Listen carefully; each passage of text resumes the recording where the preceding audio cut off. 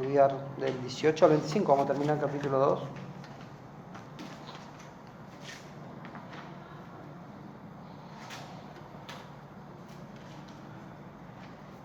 Buscamos, ¿tenemos? Todos los digitales. Poco papel, poco papel. Bueno, vamos a leer y después, bueno, vamos a desarrollar el estudio de hoy. Versículo 18 al 25. Dice: criados, estad sujetos con todo respeto a vuestros amos, no solamente a los buenos y afables, sino también a los difíciles de soportar. Porque esto merece aprobación si alguno, a causa de la conciencia delante de Dios, sufre molestias padeciendo injustamente. Pues, ¿qué gloria es si pecando sois abofeteados y lo soportáis? Mas si haciendo lo bueno sufrís y lo soportáis, esto ciertamente es aprobado delante de Dios. Pues para esto fuisteis llamados, porque también Cristo padeció por nosotros, dejándonos ejemplo para que sigáis sus pisadas. El cual no hizo pecado ni se halló engaño en su boca, quien cuando le maldecían no respondía con maldición, cuando padecía no amenazaba, sino encomendaba la causa al que juzga justamente, quien llevó él mismo nuestros pecados en su cuerpo sobre el madero, para que nosotros, estando muertos a los pecados, vivamos a la justicia, y por cuya herida fuisteis sanados. Porque vosotros erais como ovejas descarriadas, pero ahora habéis vuelto al pastor y obispo de vuestras almas. Pareciera como que tendríamos que haberlo hecho en varios sermones de acá, pero no, la idea que quiero resaltar un punto, que el capítulo 2 quiere resaltar una gran idea, tiene una gran idea y muestra distintas facetas de eso, ¿no? Esta sección de capítulo 2, bueno, los títulos que le vengo poniendo es Viviendo como siervo de Dios. Esta es la tercera entrega que hacemos de esto. Y aunque, como les decía, parece que abarca distintos temas, en realidad muestra distintas caras o facetas de un gran tema. El que quiere el apóstol acá llamar la atención, que es la conducta y el carácter cristiano, ¿no? Vamos a repasar estas exhortaciones y luego vamos a desarrollar el tema central de la epístola, de este capítulo 2. Lo primero que nosotros vemos es la lucha contra los deseos carnales que batallan contra el alma. Esas son una de las primeras partes que nosotros vimos allí en la primera entrega que hicimos de Viviendo como siervo de Dios. Esto lo podemos ver en los versículos 1 y 2 y en los versículo 11, que fue cuando comenzamos a hablar acerca de vivir como siervos de Dios. El versículo 1 y 2 del capítulo 2 dice: desechando pues toda malicia, todo engaño, hipocresías, envidias y todas las detracciones, desead como niños recién nacidos la leche espiritual no adulterada, para que por ella crezcáis para salvación. Y el versículo 11 dice: amados, yo os ruego como a extranjeros y peregrinos que os abstengáis de los deseos carnales que batallan contra el alma, manteniendo vuestra buena manera de vivir entre los gentiles. No, sin duda los creyentes, todos nosotros, los destinatarios originales y nosotros también, todos los cristianos de todas las épocas, tienen una guerra contra un enemigo que se enfrentan cada día. Es un enemigo que nosotros nos enfrentamos cada vez que nos levantamos, vamos al baño y lo miramos al espejo. Todos los días lo vemos, a ese gran enemigo que tenemos, ¿no? Es una lucha por nuestra conducta personal, es lo que quiere resaltar acá Pedro. Es un esfuerzo que nosotros debemos hacer, que el cristiano debe hacer, ¿no? Sabemos que la justificación es posicional, Dios nos salvó, nos justificó y ya nos glorificó. Él ya habla como una obra terminada. Pero de este lado, en el espacio y tiempo en el que nosotros vivimos, el Espíritu Santo nos da la fuerza, nos ayuda, pero nosotros voluntariamente también trabajamos haciendo morir la carne, ¿no? En ese sentido es activa nuestra participación. Nosotros voluntariamente hacemos morir las obras de la carne. Aquí nos dice bien claro que os abstengáis, habla de una acción de parte nuestra, nosotros abstenernos de esos deseos. También en el versículo 1 que leímos dice desechando, o sea, tirando de sí, esforzándonos, dejando esas malas conductas. Hay un esfuerzo de parte nuestra, de parte de los cristianos, por ajustar nuestra práctica a nuestra profesión. Es el gran desafío que tenemos. Ajustar la práctica, lo que nosotros hacemos, a lo que nosotros profesamos, a lo que decimos que creemos. Y es un desafío en el cual tenemos, a veces hay victoria, también tenemos muchas derrotas. ¿Es así? Nos pasa eso, a todos nos pasa eso, ¿no? Pero acá en el versículo 11 nos dice bien claro, en el versículo 12, y manteniendo vuestra buena conducta, vuestra manera de vivir entre los gentiles, dice, para que en lo que murmuran de vosotros como de malhechores glorifiquen a Dios en el día de la visitación. Hay un mundo que observa la vida de los cristianos. Hay alrededor nuestro hay gente que está observando de lo que nosotros decimos, a ver si tiene relación con lo que nosotros hacemos, ¿no? Es más, dice que muchos de ellos al considerar nuestras buenas obras, al considerar nuestra buena manera de vivir delante de Dios, dice glorificarán a Dios cuando Él los visite. Habíamos visto qué significaba desde el momento en el que Dios lo visita con la gracia salvadora. Van a decir, claro, con razón. Ahora tiene sentido. Estas personas son creyentes, se nota. Ellos son creyentes. Otro de los puntos que Pedro resalta aquí en la parte final del capítulo 2, que fue lo que habíamos dado la semana pasada, que era sometiéndonos a las autoridades por él puestas. Glorificar a Dios sometiéndonos a las autoridades, ¿no? Ya sean reyes, gobernadores, etc. Nosotros vimos que somos colaboradores para el bien común. Nosotros somos pacíficos. Nosotros aunque, como hoy hablábamos, es difícil en una sociedad que gobiernos pecadores, abusivos, muchos son hasta tiranos, ¿no? Pero nosotros estamos puestos como colaboradores de Dios, como colaboradores con nuestros gobiernos, ¿no? Nosotros colaboramos para la paz, para el bienestar, colaboramos para el bien. Como decía, somos pacíficos, no somos indiferentes, porque eso sería un gran problema si nosotros nos volvemos como muchos sectores del cristianismo que dicen, bueno, política y religión, de eso no se habla, o cosas por el estilo, que no nos involucramos porque la política es del diablo. No se trata de eso. Estamos llamados también a predicar, a hacer conciencia de las buenas costumbres, de las cosas que glorifican a Dios, de la ley de Dios. Somos colaboradores. Somos mansos en obedecer a los magistrados siempre y cuando eso no incluya desobedecer a Dios. Fue el punto, creo, central de la semana pasada que hablamos, ¿no es cierto? Cuando se nos pone en esa encrucijada, elegimos siempre obedecer a Dios antes que a los hombres. Y acá comienza a desarrollar otro tema, pareciera otro tema, pero se dan cuenta que estos dos primeros temas tienen en común una sola cosa, es el carácter cristiano, nuestro carácter cuando sufrimos, nuestro carácter y nuestra vida cuando las cosas no son ideales, no son como a nosotros nos gustaría. Versículo 18 dice, criados, estad sujetos con todo respeto a vuestros amos, no solamente a los buenos y afables, sino también a los difíciles de soportar, porque esto merece aprobación, si alguno a causa de la conciencia delante de Dios sufre molestias, padeciendo injustamente. Bueno, acá está tocando otro tema, otra faceta, diríamos, del carácter cristiano, que es nuestra relación con nuestros empleadores. En este caso habla de siervos, vamos a poner en contexto eso, pero tiene que ver con eso, con aquellos que por ahí nos brindan trabajo, con nuestros jefes, está hablando acá.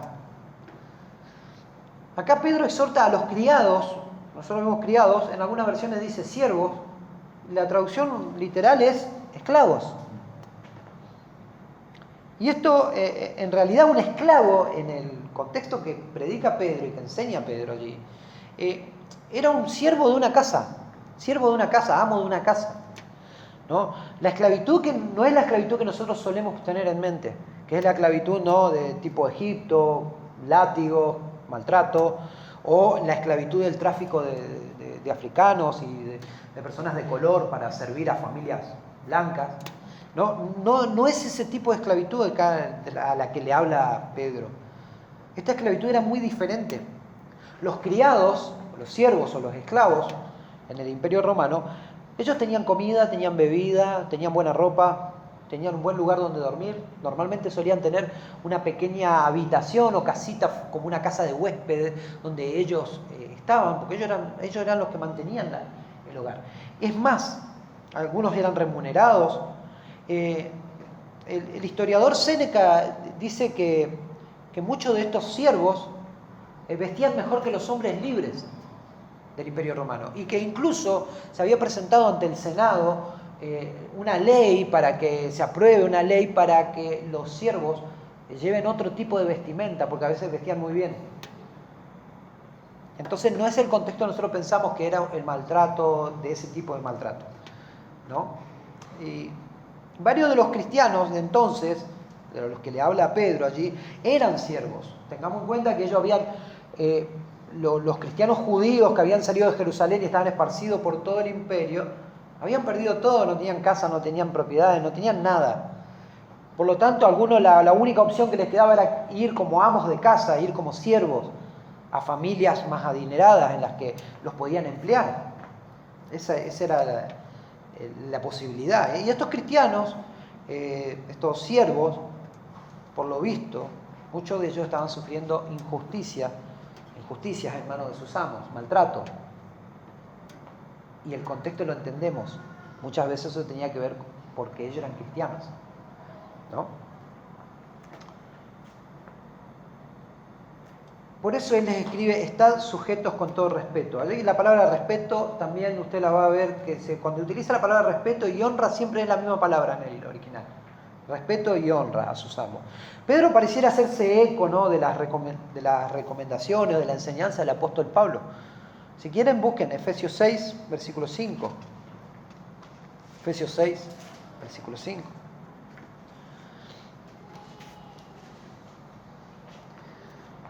Dice así: siervos, obedeced a vuestros amos terrenales con temor y temblor, con sencillez de vuestro corazón, como a Cristo. Está diciendo lo mismo. No sirviendo, dice, al ojo, como los que quieren agradar a los hombres, sino como siervos de Cristo, de corazón, haciendo la voluntad de Dios.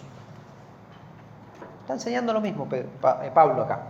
Allí también, el mismo apóstol Pablo, Colosenses 3, versículo 22. ¿Qué quiero resaltar? Vamos a leer varios versículos acerca de esto, de las enseñanzas de Pablo acerca de esto. Quiero resaltar el hecho de que esto es un mandato apostólico, esto es parte de la vida cristiana, este tipo de conducta. Colosenses 3, versículo 22 dice: siervos, obedeced en todo a vuestros amos terrenales, no sirviendo al ojo, otra vez dice lo mismo, como los que quieren agradar a los hombres, sino con corazón sincero, temiendo a Dios. Enfrenta dos cosas acá el apóstol Pablo. Primero, manda que estas personas obedezcan a sus amos, los honren. Pero también les exhorta a no ser hipócritas. Dice: no sirvan al ojo, no quieran aparentar. Háganlo con corazón sincero, temiendo a Dios. Tito, capítulo 2, versículos 9 y 10. Si quieren, búsquelo también. Vamos a ver. Creo que nos queda un versículo más después, un par de versículos más. Pero la idea es que este es el pensamiento, es el conjunto de pensamiento acerca de este tema de todo el Nuevo Testamento. Tito 2, versículos 9 y 10 dice: exhorta a los siervos a que se sujeten a sus amos. Pablo escribiéndole a Tito, dándole las recomendaciones de lo que tenía que hacer. Que agraden en todo, dice, que no sean respondones, no defraudando, no mostrándose, dice, sino mostrándose fieles en todo, para que en todo adornen la doctrina de Dios nuestro Salvador. Tremendo. Primera de Timoteo 1, versículo 6. Se los leo rápido. Todos los que están bajo yugo de esclavitud, igual que en este caso, tengan a sus amos por dignos de todo honor, para que no sea blasfemado el nombre de Dios y la doctrina. Esto es el pensamiento nuevo testamentario, diríamos, acerca de nuestra conducta para con nuestros amos, que también en cierta manera están en autoridad por sobre los que tienen un empleador. Primero debemos recordar algo. Cuando nosotros tenemos algún trabajo, los que tenemos trabajo, y tenemos a alguien encima, es la providencia de Dios. Esa persona está puesta ahí porque Dios quiso. Dios es soberano, lo vimos cuando hablamos de los gobiernos y de todo aquello que está en autoridad. Esa persona no es un enemigo nuestro, como nos enseña el sindicalismo, como nos enseña esta sociedad, que ha puesto en enemistad al empleado con el empleador, y el empleado siente que el empleador es un abusador que se aprovecha de su necesidad de trabajo. De ahí nacieron gran parte de los sindicatos. Tremendo, ¿no? Somos siervos de Dios, hermano. Debemos glorificar a Dios viviendo a contracorriente. El mundo dice, no, vos tenés que pelear por tus derechos, vos tenés que pelear por tus derechos, tus derechos, tus derechos. Y acá vemos que Pablo nos dice, sométanse. Ellos le están dando trabajo, ellos son vuestros amos temporales, terrenales. Es la providencia de Dios para que ustedes tengan alimento, para que tengan ropa, para que tengan un pasar, que no tengan necesidades. Hónrenlos. Aún dice a los difíciles de soportar. Biblia de las Américas y Nueva Versión Internacional dice, aún a los que son insoportables. Así literalmente dice, insoportables. Como les decía, hoy en día y este siglo, pareciera que el empleador es el enemigo del empleado y que solo busca abusar de nosotros. Hermanos, estamos llamados a vivir a contracorriente. Los valores de este mundo no son los valores cristianos. Los valores de este mundo no son los valores cristianos. Honremos los que tienen jefes, honren aún a los insoportables, aún a los que los tratan mal, enseña acá. Y el versículo 19, que leímos recién,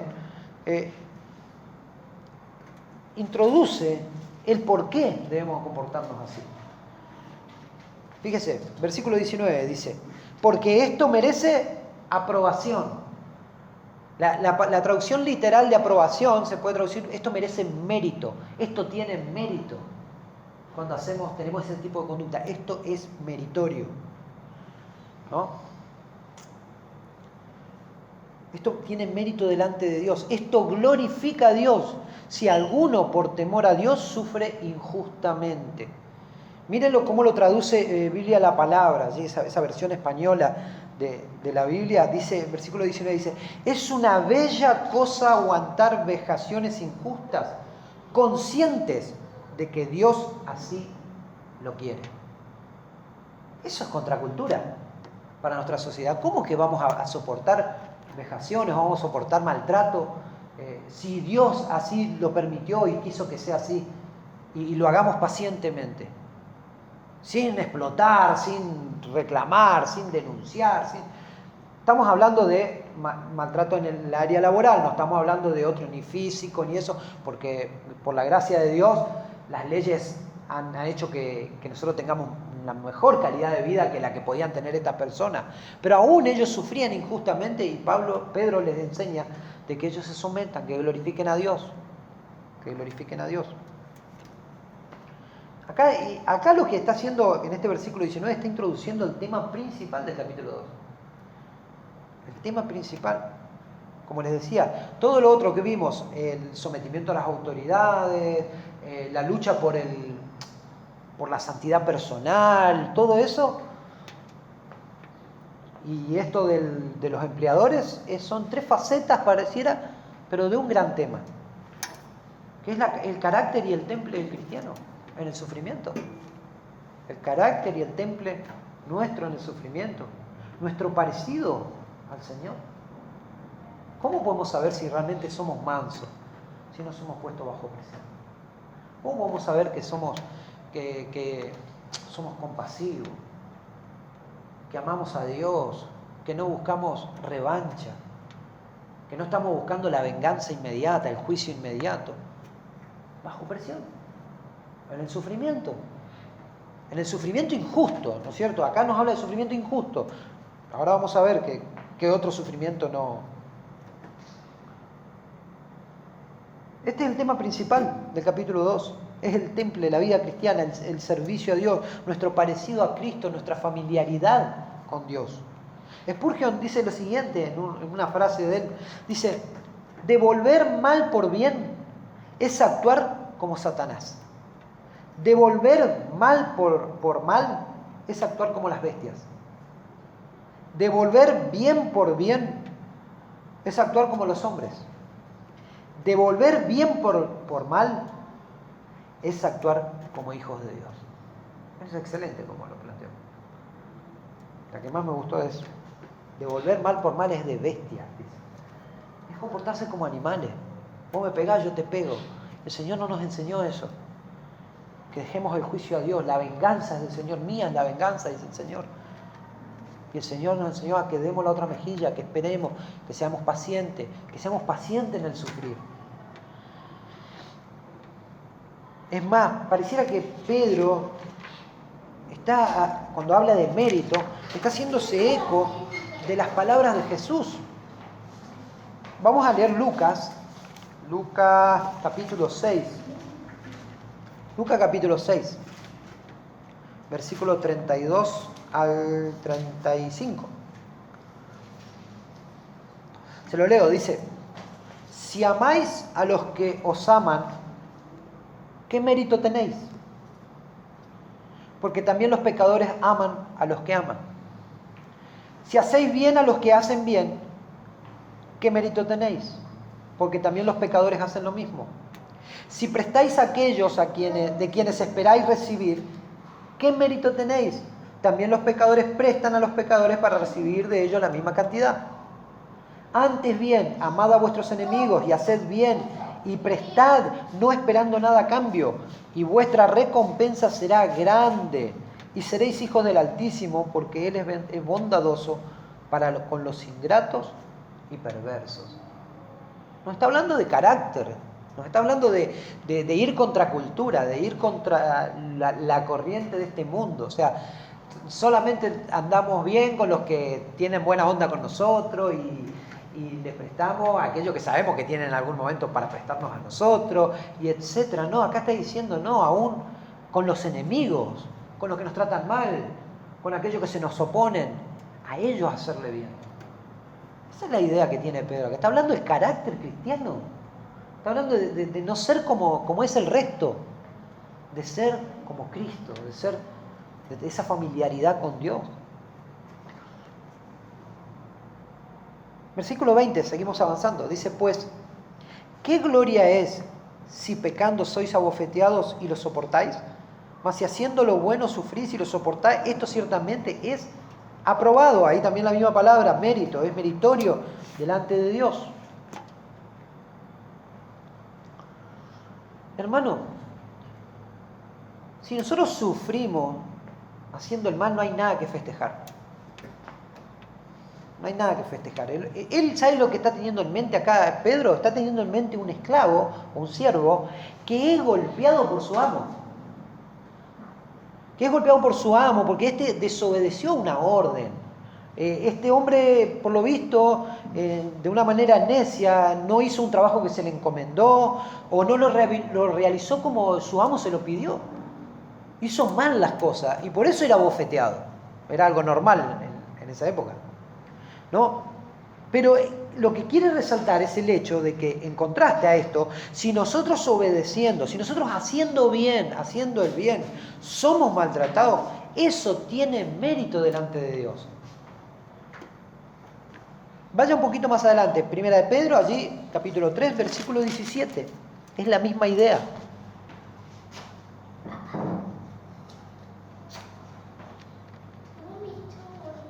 Dice: Porque es mejor que padezcáis haciendo el bien, si la voluntad de Dios así lo quiere, que haciendo el mal. Otra vez, esto va en contracultura con nuestra sociedad. Imagínense que nosotros empezamos a pregonar realmente esto en nuestra sociedad. Nos van a tratar de que ustedes están locos. A ustedes les falla. Realmente. Porque, ¿cómo puede ser? No, el que te trata mal vos se lo tenés que devolver, te dicen. Y sin embargo, el Señor nos enseña que no es así. Seguimos. Versículo 21.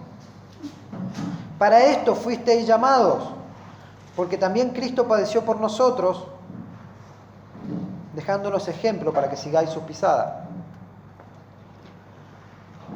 Como dice, para esto fuisteis llamados. Hermano, ustedes, yo y estos cristianos de esta época fueron llamados a ser como Cristo. Esto incluye el sufrir injustamente. Esto incluye sufrir injustamente. Hermano, este tipo de carácter es una piedra en el zapato de nuestra sociedad.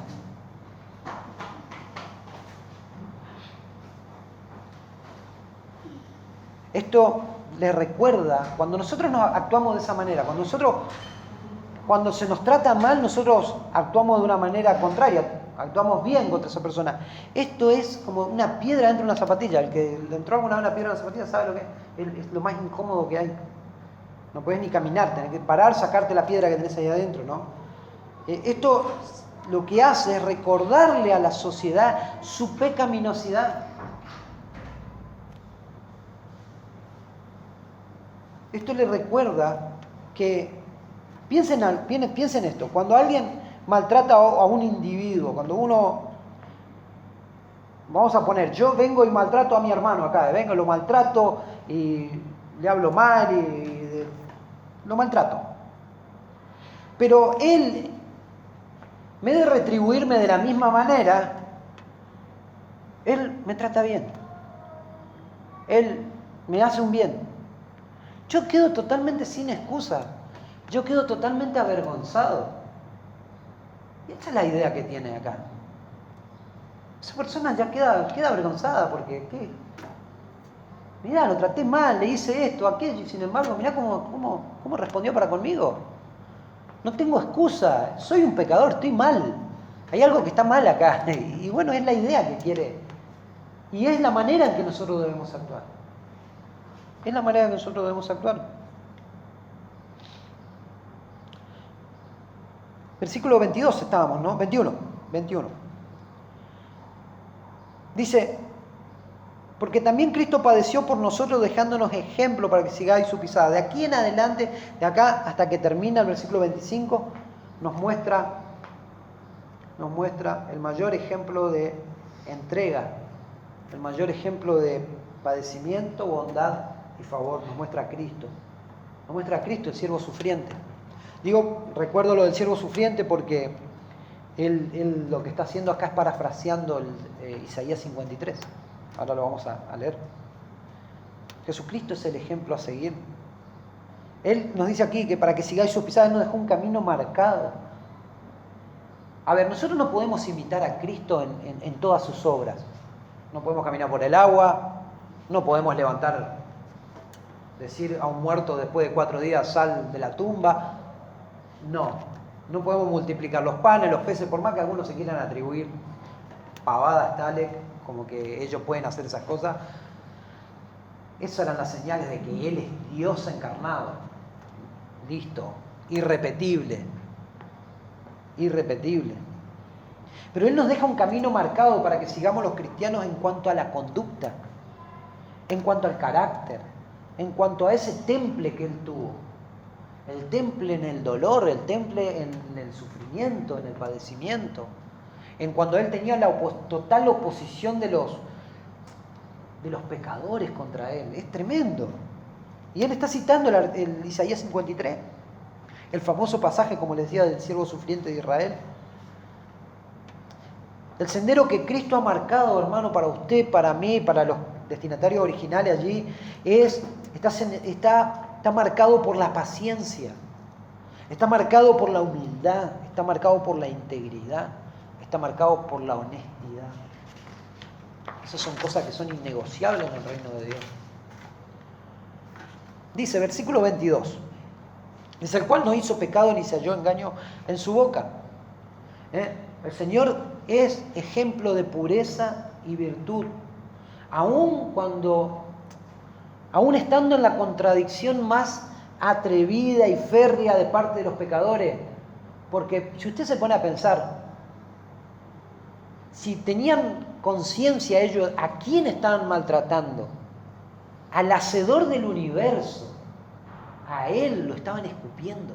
A Él se le burlaban. Si realmente, fíjense cómo el pecado ciega al hombre totalmente. Porque usted se pone a pensar, yo estoy delante del hacedor del universo. Yo no me atrevería, pasaría, creo, como le pasó a Isaías, como le pasó, caer tirado al piso y temblando. Que no me consuma, que no termine con mi vida allí, con mi miseria. Pero Él pacientemente soportó esta contradicción, este maltrato. Él aquí está citando en el versículo 22, está citando Isaías 53, versículo 9. Yo le voy a ir leyendo algunos pasajes, algunas partes de Isaías. Y allí, Isaías 53, versículo 9, dice, y se dispuso con los impíos su sepultura, mas con los ricos fue su muerte, aunque, dice, acá es lo que está citando él, aunque nunca hizo maldad, ni hubo engaño en su boca. Versículo 23, está parafraseando el versículo 7 de Isaías. Versículo 23 dice así, quien cuando le maldecían no respondía con maldición, cuando padecía no amenazaba, sino que encomendaba la causa al que juzga justamente. Vamos a leerlo, versículo 7, les dije, de Isaías 53, dice, angustiado él y afligido no abrió su boca, como cordero fue llevado al matadero y como oveja delante de sus tranquiladores enmudeció y no abrió su boca. El Señor podía haberlo hecho. Podía ser así y desaparecía el universo. Lo reducía a nada. Sin embargo, tremendo el Señor aquí, ¿no? Inmutable, como uno de sus atributos, inmutable, Él no cambia. Firme Él, inconmovible, ante el escarnio de hombres miserables. Sufriendo valerosamente, mostrándonos realmente. Él es el varón de dolores, pero también Él es el fuerte y valiente, porque realmente hay que ser fuerte y valiente para soportar lo que Él soportó. Sufriendo valerosamente, siendo el verdadero varón. Y esto para nosotros los hombres. Verdadero varón es alguien que se entrega por otro. No es lo que nos enseña la sociedad. La sociedad te enseña que el verdadero varón es el que hace lo que quiere. Y acá el Señor nos muestra el ejemplo de un varón, alguien que se entrega por los demás, que se entrega por el desvalido, que cuida lo suyo, que los guarda y los guarda hasta el final, que más pone su vida, la Biblia nos enseña que pone su vida por sus amigos, por sus hermanos, por sus hijos. Tremendo, tremendo el Señor. Él se entrega por otro, Él nos defiende. Y Él no utilizó violencia ni amenaza. Su arma principal fue una confianza indestructible en su Padre y entregándole al Padre todo el juicio, sabiendo que se tiene que hacer la voluntad del Padre, no su propia voluntad en el sentido humano. Este es el ejemplo de conducta que nosotros tenemos. Y esto es lo que se espera de los creyentes. Aunque lo haremos imperfectamente, pero se espera que aspiremos a esto. Creyentes seguramente vamos a sufrir. Hermanos, para que esa aflicción, la idea que quiero recalcar como un pensamiento personal acá, hermanos, que cada vez que la aflicción viene de parte de Dios a nuestra vida, no por pecar, por cosas por el estilo, sino que cuando la aflicción viene a nuestras vidas, cuando viene de parte de Dios, que realmente podamos abrazar el dolor o el sufrimiento o el padecimiento, que lo abracemos como una bendición del cielo. No es algo raro lo que nos está sucediendo, es lo que debemos de esperar. Sproul dice, hay hoy una tendencia en los cristianos, decía, a escapar del sufrimiento y del dolor. Y él dice, no, nosotros debemos correr hacia él, o sea, debemos abrazarlo. Es más, debemos prepararnos y esperar esto en nuestras vidas. Abrazar, cuando viene el dolor a nuestra vida, abrazarlo como una bendición del cielo. A ver, hermano, usted recuerde, ¿cuándo usted oró? ¿Cuál fue su mejor momento de oración? ¿Cuál fue la mejor oración que usted haya hecho? Fue en el dolor, ¿no?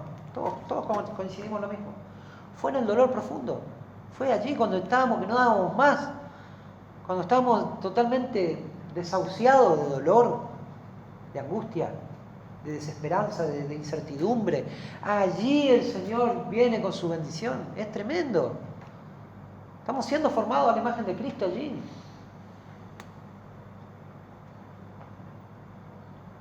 Romanos 7, versículo 17 dice, mire, y si somos hijos también somos herederos, herederos de Dios y coherederos con Cristo. Acá está lo importante que quería decir. Ya que ahora compartimos sus sufrimientos para compartir también su gloria. Vamos a compartir bendiciones, más, compartimos bendiciones tremendas por la causa de Cristo.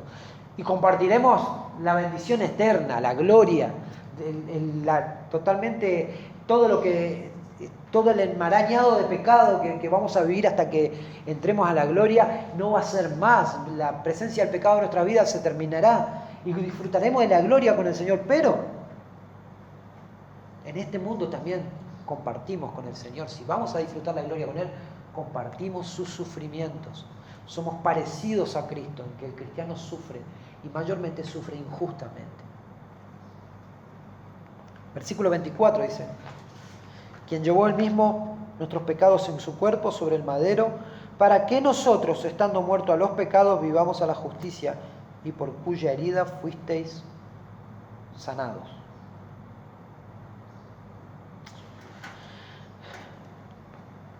Él mismo dice que llevó sobre el madero nuestros pecados, el pecado de su pueblo, de los creyentes. Esto es una verdad teológica preciosa, ¿no? Es la muerte sustitutoria de Cristo. Hermano, cuando la muerte de Cristo es aplicada a un ser humano, un mortal, que estaba muerto en su delito y pecado, cuando viene la nueva vida, viene la regeneración a estas vidas, efectivamente, cuando se aplica efectivamente esto a nuestras vidas, los frutos son innegables. Los frutos comienzan a florecer y a aparecer. No perfectamente, no completamente, pero sí hay fruto en la vida de los creyentes. La experiencia de la regeneración en la vida del creyente es morir a los pecados y vivir a la justicia de Dios. Hermanos, si realmente hemos nacido de nuevo, estamos muertos a la vieja vida. Es lo que plantea acá.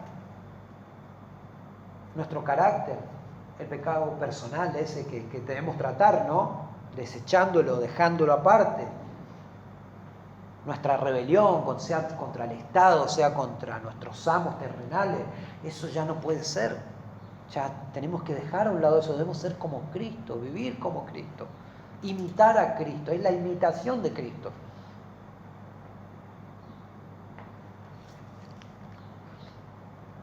También nos dice, estábamos en el 24, dice, quien llevó él mismo nuestros pecados en su cuerpo sobre el madero, para que nosotros, estando muertos a los pecados, vivamos a la justicia, y por cuya herida fuisteis sanados. Claramente, cuando nos dice por cuya herida fuisteis sanados, no está hablando de sanidad física aquí. Este es uno de esos pasajes que se utiliza mal para decir que, bueno, se cita para cuando vamos a orar por alguien que está con alguna debilidad física, y se cita este versículo como mágico, por cuya herida fuisteis sanados. y no tiene nada que ver esto con la sanidad física, ¿no? Aquí él mismo está citando Isaías y está hablando totalmente de otra cosa. Mire, Isaías 6, vamos a leer versículo 9. Esto es una idea es una frase comúnmente usada en el Antiguo Testamento acerca de la sanidad, que tiene que ver con el perdón de Dios, con la restauración a la comunión con Dios, ¿no? Capítulo 6, versículo 9 al 10, dice así: Después oí la voz del Señor que decía: ¿A quién enviaré y quién irá por nosotros? Entonces respondí yo: heme aquí, envíame a mí. Y dijo: anda y di a este pueblo, oíd bien, no entendéis y no entendáis. Ved por cierto, mas no os comprendáis. Dice: engruesa el corazón de este pueblo y agrava sus oídos y ciega sus ojos, para que no vean con sus ojos, ni oigan con sus oídos, ni su corazón entienda, ni se convierta. Dice: y haya para él sanidad. La sanidad tiene que ver con la restauración a la comunión con Dios para que se convierta la persona. Dios nos sana de la herida, de la muerte, del pecado, para estar en comunión con Él. Nos perdona nuestros pecados. De eso está hablando. Esto es muy parecido a lo que allí el Señor habla en Mateo 13, versículo 15. Dice: porque el corazón de este pueblo se ha engrosado. El Señor se está haciendo eco también de acá de Isaías. Dice: y con los oídos oyen pesadamente y han cerrado sus ojos para que no vean con los ojos y oigan con los oídos y con el corazón entiendan y se conviertan y yo los sane.